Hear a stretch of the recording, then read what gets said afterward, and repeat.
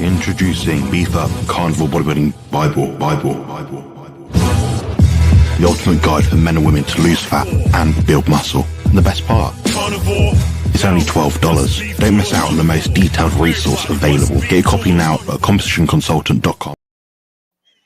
Hello guys, thank you for joining. Welcome back to the channel. I'm here today with the lovely, delightful Carnivore Quack, Charger Mopar, aka also known as Rick Rodriguez, hailing from Florida. How are you doing today? I'm doing good. Weather's great. I've been working, but other than that, I feel awesome. Nice one. Yeah, the weather here is just a cold British day, and I mean like cold. Quite gloomy, grey. It hasn't rained yet, but it's going to soon, I think. I'm going to take the dog out for a walk after this, probably. But yeah, that's pretty much it on my end. I've got a new T-shirt from Team You Guys. It says, "I don't struggle with autism. I'm actually pretty good at it," which I think is quite fitting, Like quite that. funny.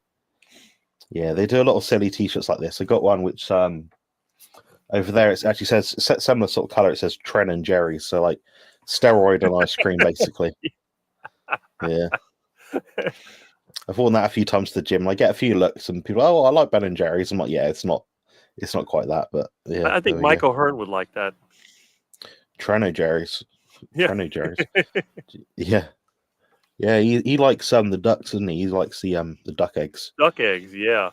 But it's funny. He always pretends like he's natural, and I always laugh at that. I say, "Come on, guy, just admit it. You've done a great job. You got a great physique. You're good looking. Admit that you're using something. It's not the end of the world." In fact, I got a lot of respect for people that they can handle that, and they don't kill themselves. That's a great thing. Yeah, I mean, when I made the video where I supposedly came out with it, whereas I just said what I've said the whole time, pretty much. I lost 7 subscribers on that video, and I've never lost so many subscribers of one video in my life. So even though it's me saying, "I haven't lied to you, here's the evidence." All right, I lost subscribers, so it means people don't want to learn something. And it's not always like your credentials, your current state, which dictates your outcomes or the advice you give. For example, I don't want to cast shade on anyone really today. Can't be asked. There's people out there that say things which aren't true, basically. And they're very obviously not true. But I don't know. You can just leave them to it. But it's tricky because sometimes people have a financial incentive. Like if you're known to always be a natural bodybuilder, then you say, "Oh, I'm not." It's like, oh, at what point did you make the switch? Because people automatically assume you've not been forthcoming with that information, I guess. Right. Yeah, I think a lot of them, they have their supplements and they have their programs and they have all the other things they're trying to sell, and they want to lie to people. They tell them they can have that award-winning physique naturally, and it really isn't. I mean, you can do a lot naturally, obviously. You can be healthy, you can look good, but if you're going to compete, you really need to take advantage of everything that's available. Otherwise, unless you're genetically gifted, how are you going to do it? And even that's not fair. Some people have genetic gifts, not everybody else has them. So I don't have anything against it. As long as a person can avoid killing themselves, of course, if they want to do that, they can do that too. But it sets a bad example. If they can be responsible and scientific about it, I don't see a problem with it. In fact, I've said many times that a lot of older people really should consider, if they need it, maybe a little enhancement here and there because it'll make them stronger. It may shorten their life a little bit, but just think of how the quality will go up. That's a good point. I mean, I'd speculate if someone had mid-normal testosterone levels, then they supplemented through the right means, so had high normal, I think they'd live longer and feel better, personally. There you go. That's what I think. But, the thing is, like, people say, "Oh, but it's normal." I'm like, yeah, it's normal now, but my grandfather 40 years ago would have had testosterone level that would be high normal now, just to change the boundaries, change the goalposts, so to make it more reachable and accessible. So now it's even more accessible than ever to become less healthy statistically than ever. That's what they've done, really. Yeah. Oh well. Anyway, we've got Juliet. So thank you for joining, Juliet. So happy Tuesday, tuning with my kids while I served them up some steak. Yeah, you're welcome to come on. If you want the link, let me know. But I appreciate you're very busy when feeding up children for breakfast at this time. All right. What's going on? Where are all the questions today, Rick? Have I just picked the wrong time of day? I don't know. It's strange. I've got 8 people. We've got 8 people combined, which is abysmal. Yeah, I don't know what's going on. Because I think you got about 40 on your last live. Yeah, I did. That was just you. So maybe it's the time of day, I guess, because Saturday morning there's people aren't working. I'm not sure what it was, but it has been improving. I mean, my live has increased, which is good. I figured I'd scare everybody away after the first one. yeah, I mean, with these, I tried to make it autism friendly-ish, isn't having it middle of the day when there's not going to be too busy, but at the same time, I want questions. A lot of autistic people don't work, so for me, being on here at 8 o'clock in the morning versus 8 o'clock at night, it's an easy decision. I'd rather have autistic people that are watching this, perhaps, to watch at a more user-friendly sort of time of day. But hey, I'm gonna give Juliet a link. Bear with me. I might be able to do this without moving. I haven't got voice typing, have I?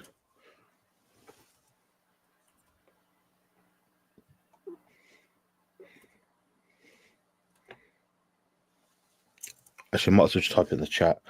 I'll type it in the chat. That's the best I can do because I can't actually reach the screen. There we go. So there's the link. Juliet, I've just chucked it on.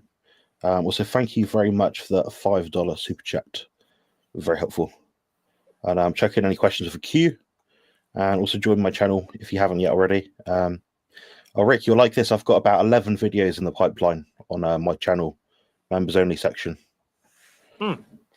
Quite exciting. I might be able to screen share. Maybe. I don't know. Yeah, here we go.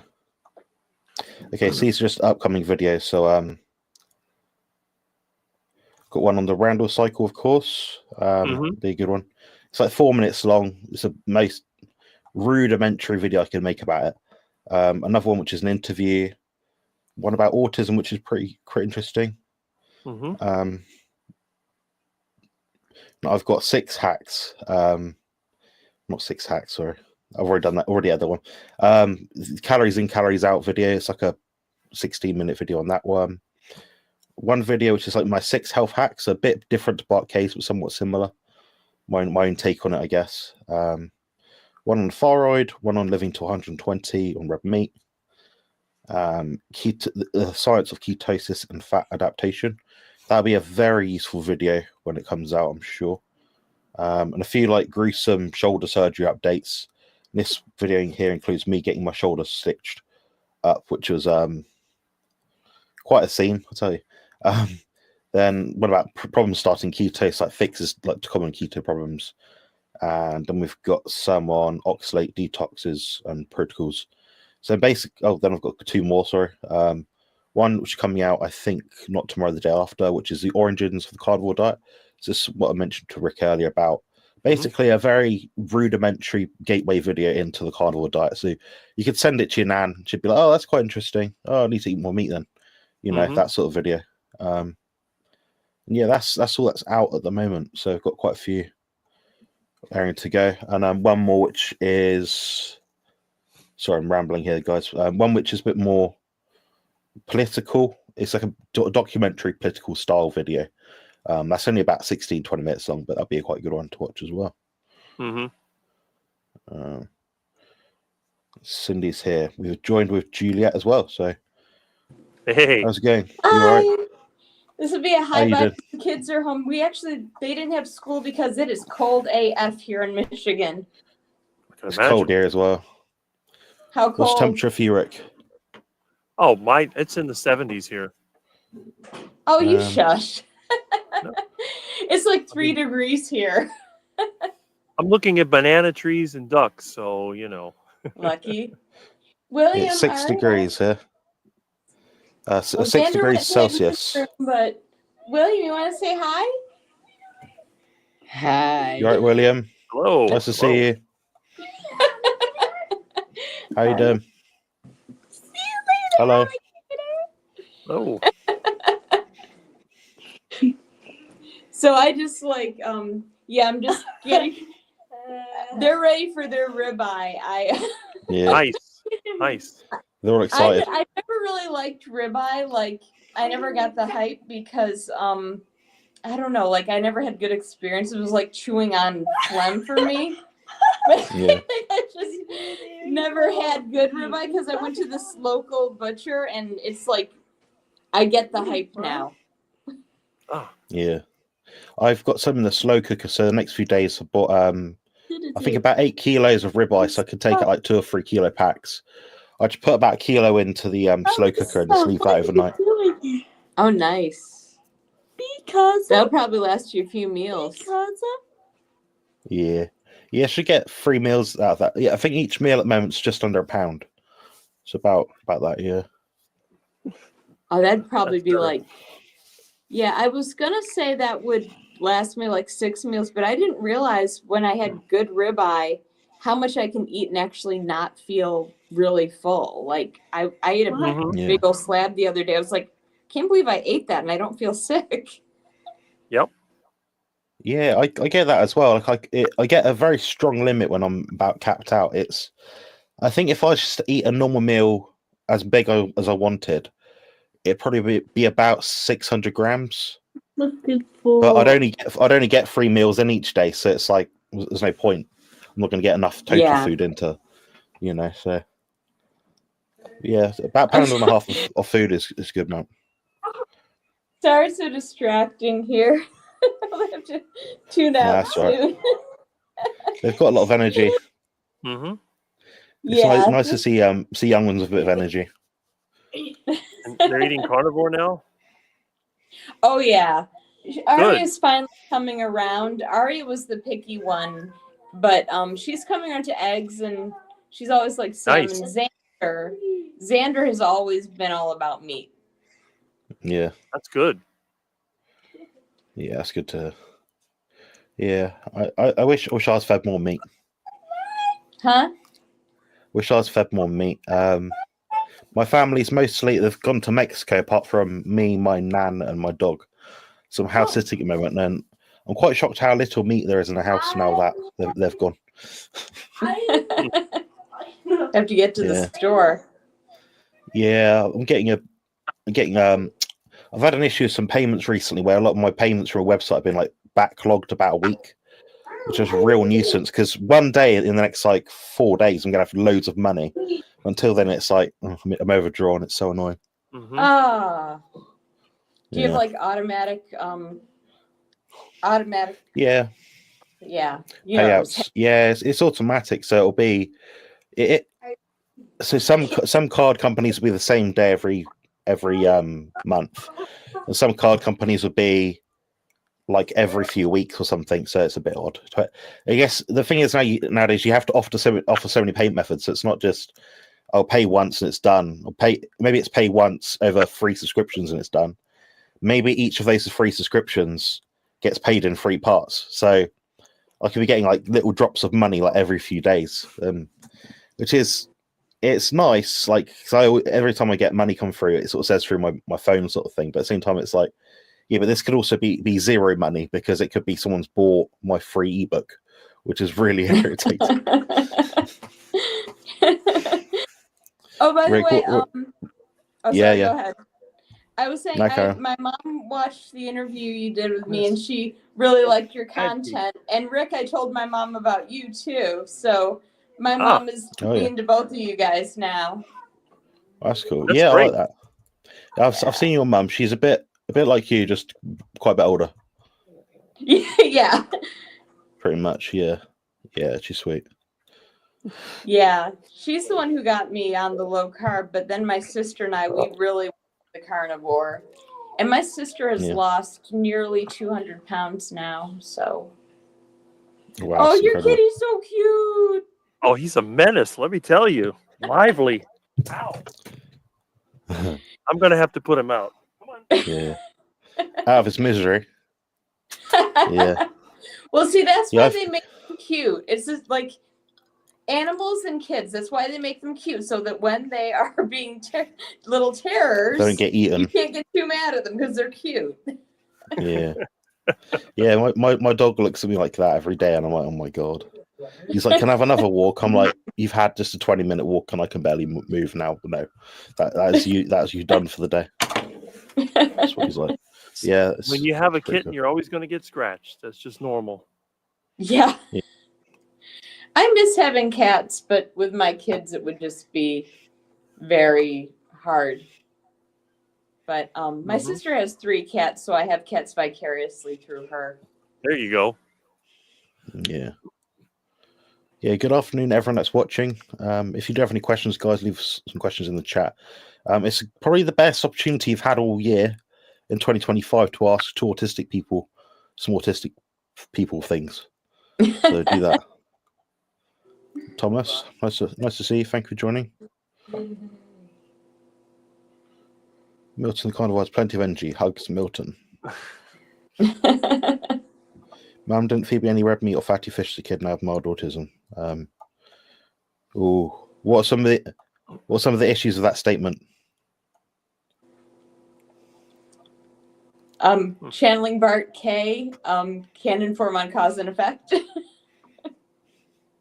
Yeah, that's the third one actually. Okay, so with autistic people, so people that were diagnosed for autism, I can't speak for everyone, but everyone that I've ever spoken to with it has said they hate the term mild or strong autism or high level of autism. It's more of a umbrella diagnosis. So the idea that something is mild is a bit misleading. So you might meet me on the street and say, "Oh, he has mild autism," but it's not the perspective of the onlooker to observe and diagnose the person with that symptomology. It's how the symptomology presents itself in that person as it actually does. So, for example, myself and Juliet can have a conversation, and we can get along fine. And it seems like quite a normal conversation. But to either of us in our own heads, how we perceive that conversation is different. And it takes more social battery than other people because we're more attuned to our surroundings. So that's one of the issues of saying like a high or low degree of autism. Do you think that's a fair statement, or would you disagree? I mean, you don't have to agree. No, I would agree, but also for me, and I don't know if this is for you, but like for any interaction, and it's maybe a little more at ease with you because I know you have autism and you kind of understand, but when I interact with other people, I'm kind of going through things in my mind, like what's the best reaction? Would this be taken the wrong way? Am I going to accidentally offend someone just by saying something that I think is innocent? I don't know about you, but to me, it's like I have, for every one thing I say, I have 10 thoughts trying to process, is this the right thing that I should be saying? Yeah. Yeah, I get this. It's quite... I sometimes wish I was a bit more like Rick. So I tend to gravitate towards people that have skills that I don't have. So I'm sure Rick could go to a social situation right now, like even as we are like right now, just two completely new people, he'd be fine. He wouldn't absorb all that stressful kind of emotion, that worry about what I'm going to say. He wouldn't be as anxious in the situation than perhaps we might. So that's why I'm saying it. I'm not saying there's nuance to this descriptor to be pedantic or for semantic reasons, just for the hell of saying it. I'm saying it to protect the person that is actually autistic, that has the issue, because it's important for the person to recognize that how you perceive the world is ultimately the most important thing. You have to be your own advocate because you're in the minority yourself. So that's kind of why I come across that way. But he gets low band PIP, so you guys won't know, but that means it's the lowest grading or amount of social services benefit you can get in the country if you have disability. So you have, I believe it's 2 tiers, one for daily living and one for mobility. So if, for example, I was in a wheelchair, I would get the high amount of mobility because I can't move. I'm in a wheelchair. So that's basically what he's got. Here we have SSI, supplemental security income, and my kids all get that. Yeah. So I guess that's probably similar. Oh, sorry, that's furious screeching. That's Aria making a very happy sound. That's right. Yeah. And yeah, I've been told I'm also high functioning, but sometimes I don't know, like it's very hard for me to function. Like I don't do well if there's multiple sounds in one space. Like if I'm at a restaurant, I don't go to restaurants much anymore. Say for example, I'm at a restaurant and there's a TV on or something, you know, or when William had his wisdom teeth out a couple weeks ago, and I don't know, it's a small waiting room. There was a TV on and a radio on in this tiny waiting room. It was very difficult for me to process it. Yeah, I get that feeling a lot. I mean, Rick, what would your insight or advice be to someone or people like that, like us, that have neurodivergence, that they're in a situation where it's a lot socially, it's a lot sensory wise? How would you go about trying to focus? Do you ever experience that yourself? Do you ever have to do something or give a cue? Well, in my case, I tend to be kind of the opposite because, like, sometimes when I'm working, I'll listen to somebody on YouTube, and then sometimes I'll have 2 or 3 lives going at the same time while I'm working. So it doesn't really bother me. I do jobs in all different kinds of locations. I'm doing electrical work, I'm doing plumbing, I'm trying to help somebody with their computer issues. And you have people in the background, it might be a school, it might be an office, and they're talking and whatever. It doesn't bother me. But what does bother me is when I'm trying to deal with someone one-on-one, and then they have the distractions. And then what happens is they get distracted because of something somebody else is doing, and I have to kind of work with that. You know, I try to get them back onto the subject at hand, but when you're dealing with someone, and I guess you experience that because, you know, being autistic, it's very hard to concentrate. People that I try to instruct on how to do things or how to solve a problem, they get distracted and they get mad.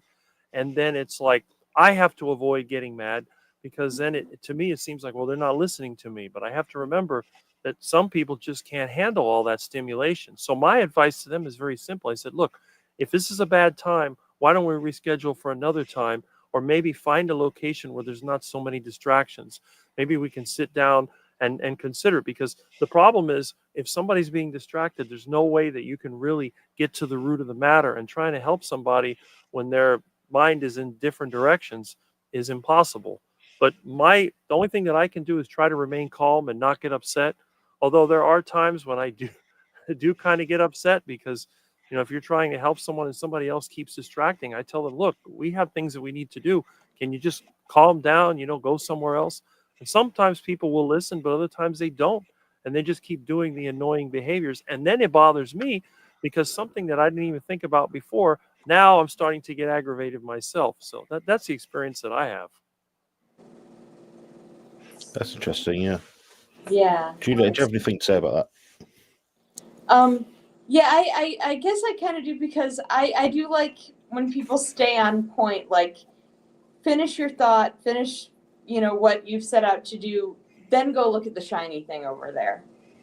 Is that what you're saying, Rick? Like, that's exactly, yeah, because a lot of times even my own parents were like this. They would start telling me something and then something would distract them and they talk about something else. I was like, what were you talking about? Don't you remember? No, I don't remember. And then I get frustrated because then later on when they remember it, they're going to come and blurt it out and say, well, this is what I was trying to tell you. But for some reason, when they get distracted, I guess the thought process twists and then they can't remember what they were saying. Like with me, when I get interrupted, I can go right back to it. You know, I can go off on a tangent and do something and then go right back to it. But it's like you said, you know, I think all of us would prefer if someone is concentrating on something, they continue with that to the end. But I recognize a lot of people just don't do that. That's not the way they think. I just don't like things to feel incomplete and disjointed. You know what you're saying? Like, yeah, just finish it, because otherwise, I get anxious. Just complete it. Yeah. And the other thing too is that a lot of times people will tell me they want to do something. Some people will follow through with it. If I tell somebody I'm going to do something, I'm going to do everything I can to follow through with it. But a lot of people, they say, I'm going to call you for this or that. And then you don't hear from them all day. And the next time you talk to them, it's like, what happened? Oh, I had someone take care of that problem, or it wasn't a problem. And I learn who those people are, and I don't take them seriously. But the other people that are very serious, then I try to make sure that I at least allow time for that, because the problem is no one is perfect, and my time is limited, their time is limited, and a lot of times they'll make a promise or they'll ask everything, and then they don't follow through, and then I have to break my day, and then my thought process gets broken because I think, well, I can't do this because then maybe I have to do this. I'm not going to go and cut down a tree in the hot weather when I may have to go an hour later and help somebody to use their computer. So it's kind of the same thing. I hate that. Yeah. Like empty promises, not following through. Like don't bullshit me. Just like if you say, oh, we should do this, then do it and don't flake out at the last minute. Yeah, totally. Right. Yeah, I mean, we have to be in control of our own variables and what we put out there as our character. Like recently, Juliet and I were meant to collaborate maybe a week or two ago, and I wasn't feeling up to it that day. I had some issues, had like loads of stuff to manage, and it was like, ugh. I could sit on this live stream, but I'm going to be really ratty and hard to deal with. Probably really annoying as well. So I was like, okay, I'm not feeling up to it. So I said, so I messaged you maybe 2 hours before and said that, I can't do it. Then I set a convenient date. What I did that day is I made sure, okay, that convenient date, can I make sure like I've got a set block of time so I'm not sort of trying to string everything together in one block? And I did. So sometimes it's about making that proactive decision to sort of say, look, I don't want to be in this situation again. How do I get past it? So the most reasonable thing in that situation was that. I understood that was no problem because I know that you're not the kind of person that would repeatedly flake out. I knew that, I could trust that that was no problem at all. Yeah, like I said with Rick for about 6 months straight, I was like, we're going to do a collab soon. We didn't get the opportunity to because I think I was busy or in prep or just too tired, like barely moving. Then it came about and I was like, I feel a bit better today. I was like, right, I need to go through my scroll and my index card thing. I was like, oh yeah, Rick, Nicole, I need to catch up with them actually. So I went through and obviously sent them messages out and we collabed recently. So yeah, it's about just staying on top of things. We've all got different. I mean, Rick's life is built more towards his business on the outside. Your life is with your children, Juliet, dealing with schools and medications and diets and foods and things. So my life is getting myself out of bed and walking the dog each day and going to the gym. We've all got very different challenges. Yeah. Well, speaking of my life, I better go. I think my kids are getting annoyed with me. But this was fun. And what I emailed you about the other day, I really think that'd be a fun idea. So we should about the autism. What would I the stream you know what I was talking about. Collaboration podcast thing. Yeah. Like there's a few people. It's just getting them all together. Yeah. Generally, it'd be mornings for most of you guys and afternoons for me. So. Yeah, I'm a morning person, so. Yeah. Yeah. Yeah, I'm nearly ready for bed now. It's 4:30. But I better go feed my kids. And nice talking to you guys. Nice one. And Cheers. Thanks for coming on. Appreciate it. Background. What? Sorry. Oh, good to have you here. Thank you. I'm going to be listening in the background while I give the kids lunch. So I'll see you guys later. Thanks. See ya. Bye.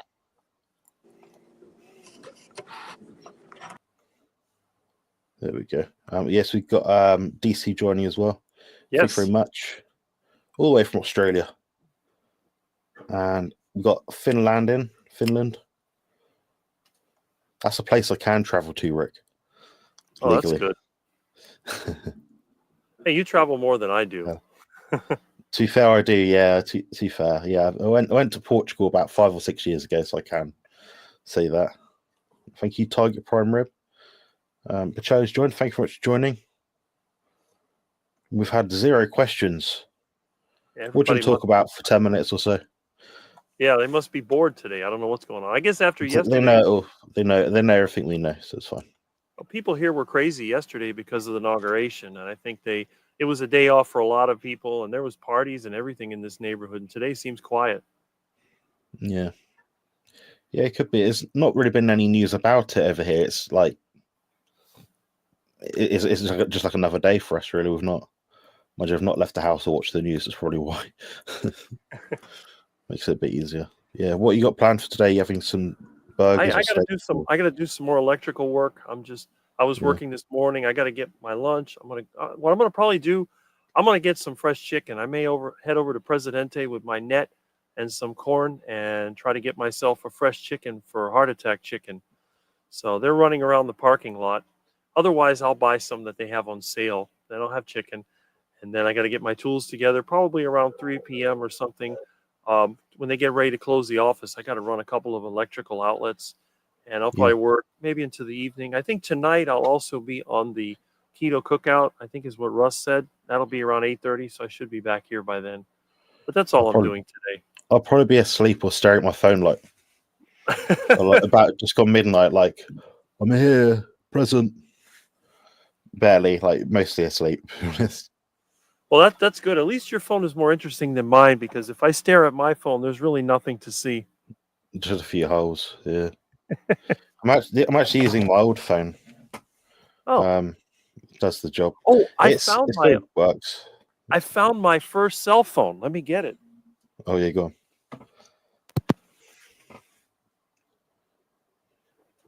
Here it is. Got an extra battery. And let me see if I can get it open. The antenna broke. There it is. Oh. You got to try and get that working again, or just leave it. Well, they don't have the service anymore, but there is a hack where you can use these as a cordless phone. I have another one that I use as a 900 megahertz cordless phone, but I lost it. I changed the crystal, but yeah, this is the old Motorola Dynatac or StarTAC, or here it is, MicroTAC. Yeah. Oh, I see. That was my first cell phone. Cool. Yeah. That's pretty sweet. I don't ever think that old. I think the oldest thing I own is probably a Teddy. Well, yeah, I think it is actually my Teddy. So 15 years old. I tend to collect stuff, and I'm a lot older than a lot of people think. I've had people tell me, well, Rick, how do you know this? How do you know that? How do you know about a rotary phone? Well, I used one today. Oh, but what about when you were a kid? I said, when I was a kid, we didn't have cell phones. We had to use a payphone, and I have payphones around my house. I think it's kind of fun. As I'm, being 56, I can pass for younger, and it really freaks people out, especially on the phone when I talk to them, because they say, well, you sound like a much younger person, and they haven't even seen me. So it's kind of interesting, I think, and I have fun with it. So I love the nostalgic thing, because then I can really confuse people, and they don't know what's going on. Yeah, you always got to freak them out, the old surprises and novelty. That's what I think. I'm looking at the chat, and I think we've got questions. Oh, excellent, excellent. Two of them I understand. One of them I'm reading I don't get, but it sounds a bit weird or rude. Can you interpret this at all? How do I deal with wife's friends who flake out, not following through with their ask or need? Well, that's like we were talking about. A lot of people that I know, they want something and then they don't follow through. So what I do, I just put them on the bottom of the list.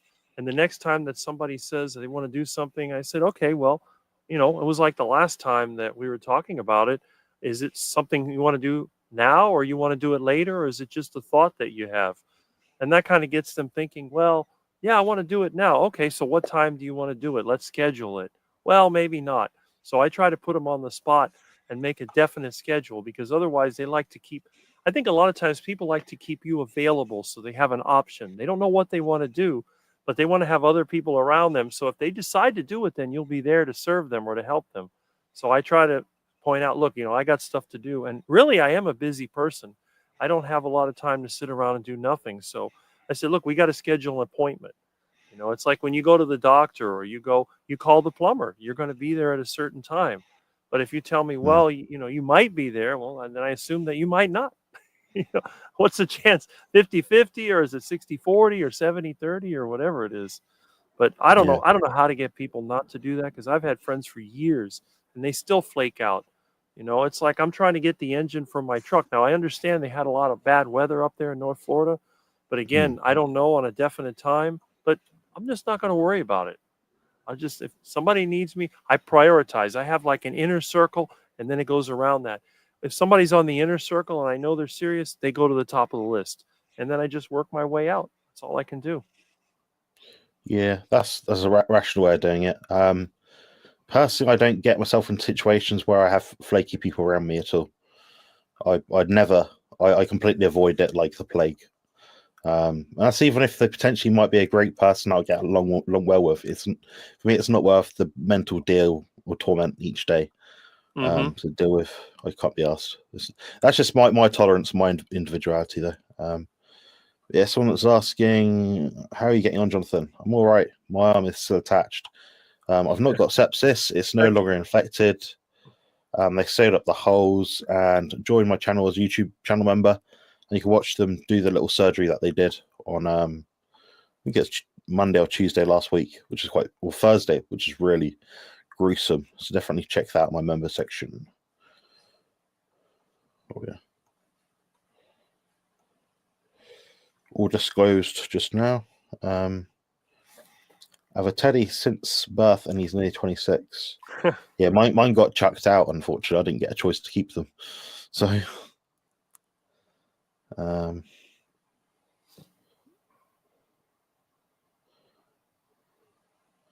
okay, if we've got no more questions, should we leave it there? I think that's about it for everything. Hey. We'll leave it there. You got some work on today. I'm getting old and tired. Had a 10-hour day the other day just making videos, and I think that was way too much. Should have spaced it out a little bit. People don't understand how long it's just the screen time, you know? Yeah. Well, it'll drain you. You know, I would rather work outside and cut down a tree or take something apart than sit in front of that computer screen. And the computer screen, I have trouble sometimes staying awake.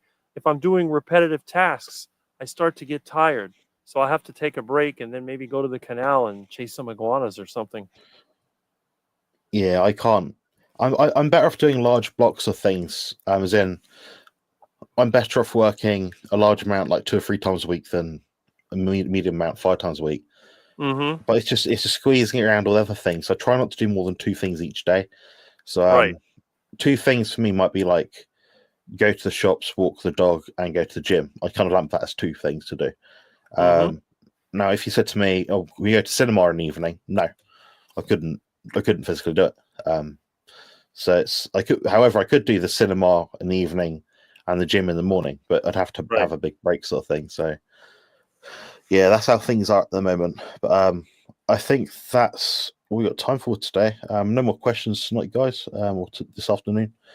Thanks very much, Rick, for joining us. And you can find his channel name on the screen right now at Charger Mopar.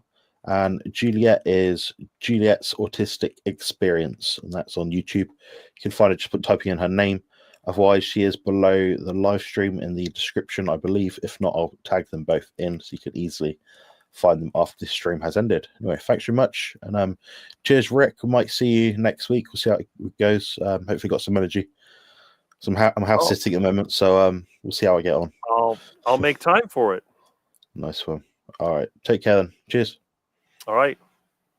Check out my site at competitionconsultant.com, where your journey to peak performance and optimal health begins. With a degree in human nutrition and over 15 years of training experience, I've guided more than 400 carnivores to not just meet, but exceed their physique and performance goals. Through personalised consultations, comprehensive ebooks and dedicated coaching, I'm here to ensure your success. Join the ranks of those who have transformed their lives. It's time to align your physique goals with positive health outcomes. Visit competitionconsultant.com today and take the first step towards the best version of you.